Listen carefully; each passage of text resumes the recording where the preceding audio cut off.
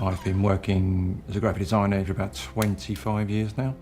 I'm very fortunate to work in an industry that is motorsports driven and car derived as well.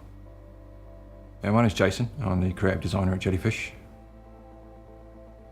My first impressions using the OKI ColorPainter is its speed, its reliability and its consistency. But a lot of motorsports teams can't afford to have their own design team on board. They'll come up with an idea, the team will sit down and they'll say, right, for next season we'd like this, these are our key sponsors.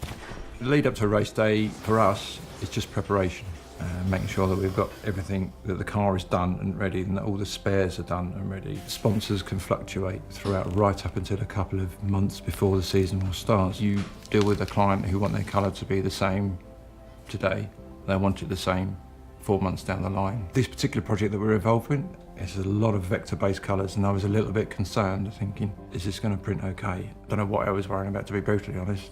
I've never had a machine print that level of colour consistently over and over and over again. You can trust the printer to give you what you've sent it without having to reprint and adjust things. If you printed a black line, what I would call composite black, 100% black and 20% of each other colour with a traditional 4-colour printer. If you wanted to fade that down to nothing, all heads will be firing and you're going to get a slight green or blue tinge as it starts to drop away, because all the heads in the machine aren't receiving much data, but they still need to fire. But having just a grey and a black cartridges as well in the OKI ColorPainter, that black line just will fade to nothing perfectly. All tonal ranges are much, much easier to output. You know, you're not fighting with resetting your colours in the artwork. You know, you can trust the printer to give you what you've sent it without having to reprint.